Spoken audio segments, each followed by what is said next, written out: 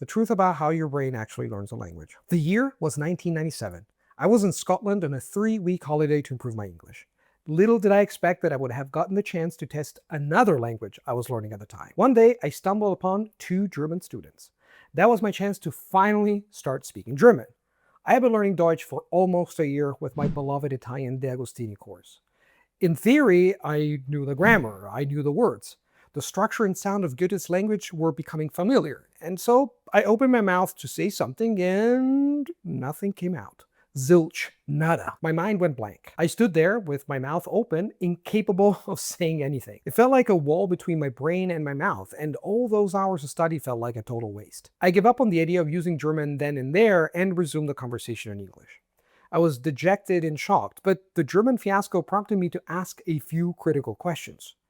Why had that happened? Why could I speak English and French fluently, but not German? What was the missing link between knowing a language and actually using it? The answers to these questions are profound, and we're going to explore them today. But before we do, for those who are new here, my name is Luca Lampariello. I'm a language lover, coach, and entrepreneur, and I've been learning 14 foreign languages over the last 30 years and helped thousands of people find their path to fluency. And to this end, I've created a roadmap that bridges the gap between theory and real-world fluency. It's completely free, and you can find it in the pinned comment below. And now, let's get into the groove. Pillar 1, the foundation. From overwhelm to clarity. So, why wasn't I able to say a single word to those German students? Nerves were part of it, of course. At the end of the day, I had never spoken German before. But the real reason is simpler and more profound. It was not a lack of study. It was a lack of depth. The course I was using contained maybe 20 hours of audio in total. And that is a ridiculously low amount. The truth is, I had not consumed enough of the language to truly have it in me. It is a mistake I see people make every day, but often the situation gets even worse. In fact, many people do not just listen too little. They spend their time toying with apps. They learn childish tourist phrases or bizarre sentences like, the bear is drinking beer, or my horse is an architect. This is the ultimate non-acquisition friendly environment. With no clear path and a series of useless sentences, people get convinced they are the problem, that they are not cut out for learning languages. That is why they quit. But that does not have to be the end of the story. You can learn any language with the right environment, the right mindset, and the right strategies. And that is where pillar 1 comes in, building your foundation with what I call brain food. It's about listening, reading, and watching content that is designed to be absorbed in a way your brain actually enjoys, so real, natural acquisition can begin. And the secret to making that happen is ensuring the material you consume always has 3 essential qualities. First, it must be interesting. If you're bored, your brain switches off.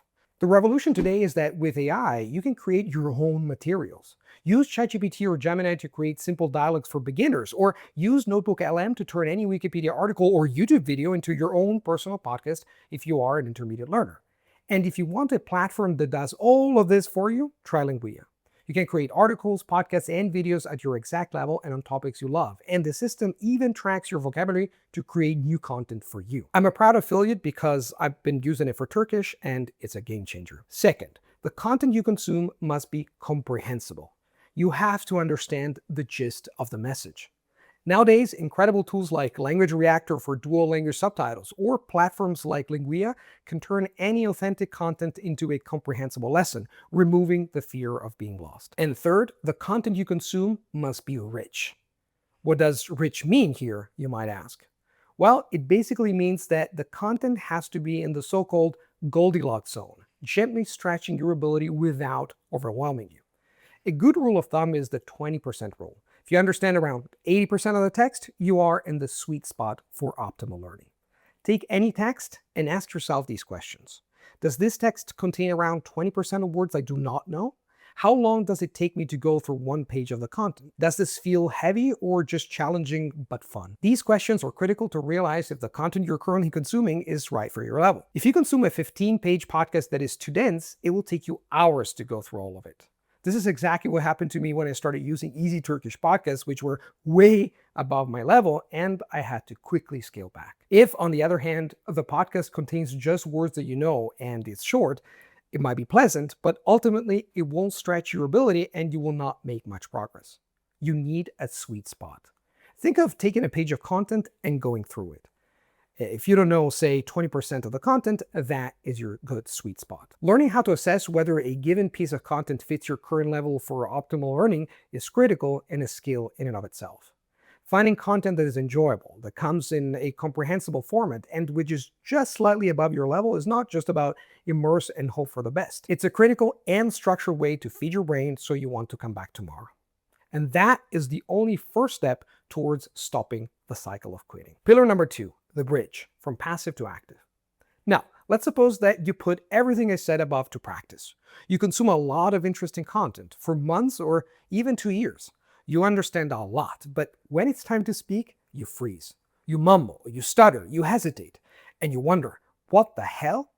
I should be speaking the language right now after so much content.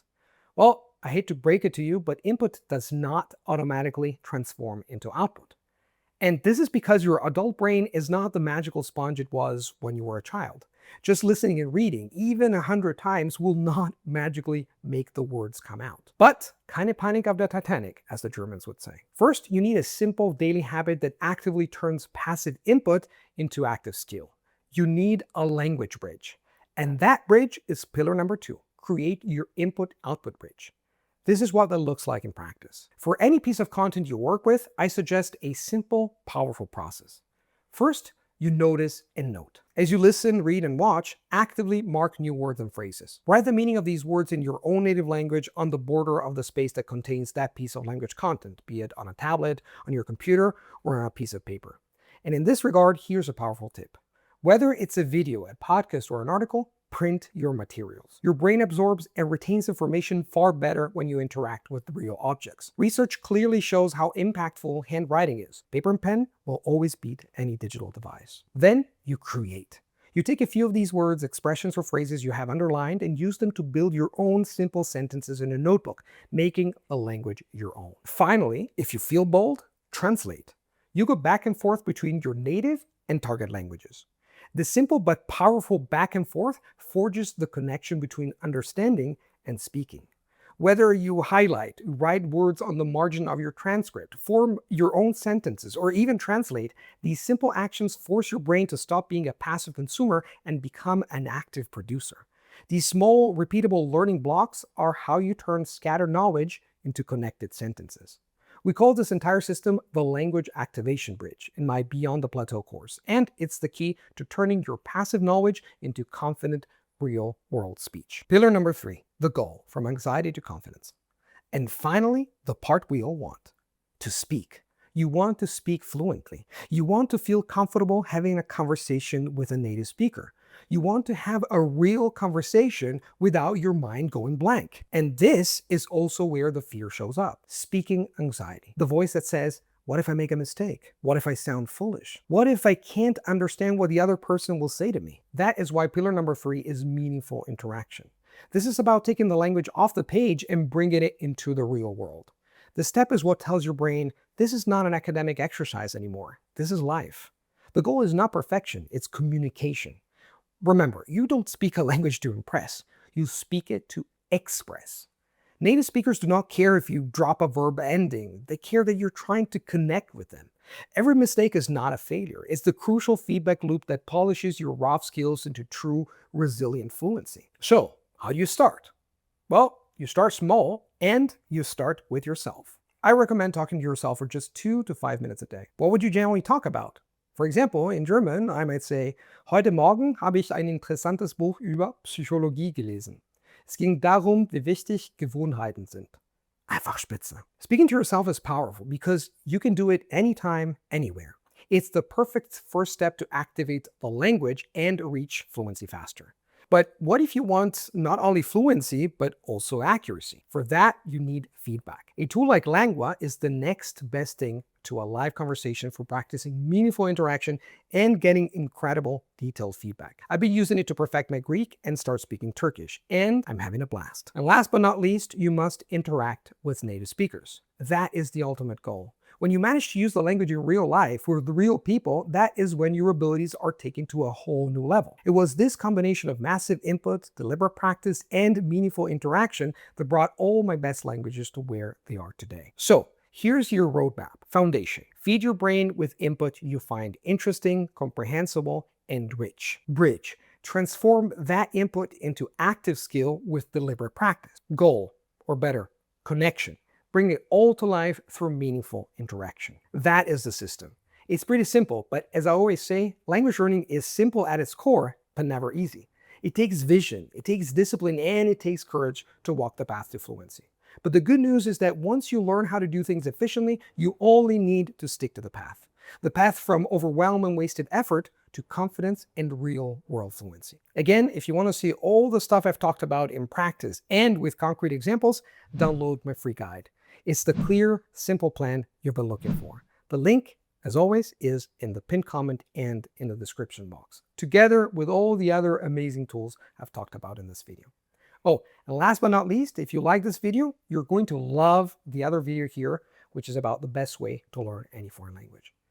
Thanks for watching, and remember, every word, every page, every conversation counts, and it brings you one step closer to fluency. Happy language learning, and see you in the next video.